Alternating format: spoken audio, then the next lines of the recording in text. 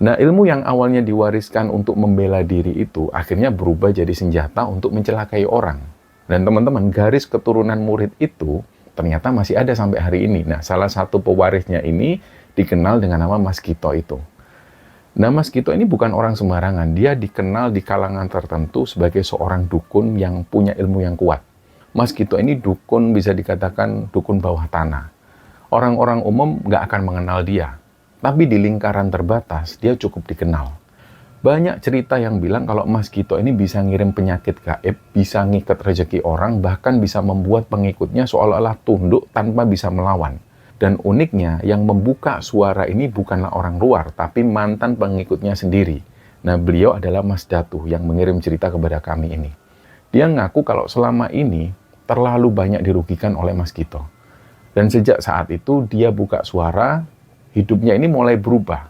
Hidupnya sering kali diteror, dan bisa dibilang pada akhirnya Mas Gito ini nggak terima, dan Mas Datu akhirnya diserang dengan serangan gaib maupun secara fisik dan ancaman dari orang-orang dekat Mas Gito.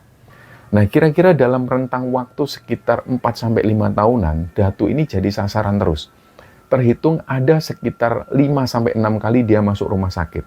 Dan setiap kali dia masuk rumah sakit, badannya selalu lemas, kulitnya selalu pucat, dan nafasnya itu selalu sesek.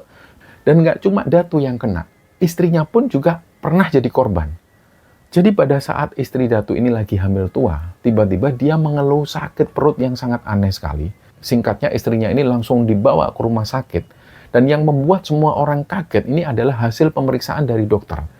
Di dalam rahim istrinya itu, selain janin, ini juga ditemukan benda-benda yang nggak masuk akal. Ada rambut dan juga pecahan silet. Dokter di situ sampai geleng-geleng kepala. Dan pada akhirnya dengan berat hati, ketika sang istri ini sudah pulih dan sudah pulang ke rumah, dan ketika anaknya Datu sudah berusia hampir 2 tahun, Datu memutuskan pamit sama anak dan istrinya. Dia memilih untuk pergi. Dia memilih untuk meninggalkan rumah, dan sebelumnya dia dijelaskan ke istrinya bahwa dia harus memulai pengembaraan yang dia sendiri sebenarnya nggak tahu harus kemana. Disitulah Datu melakukan ini setelah dia mendapat semacam wangsit dari almarhum kakeknya yang dia temui di mimpi.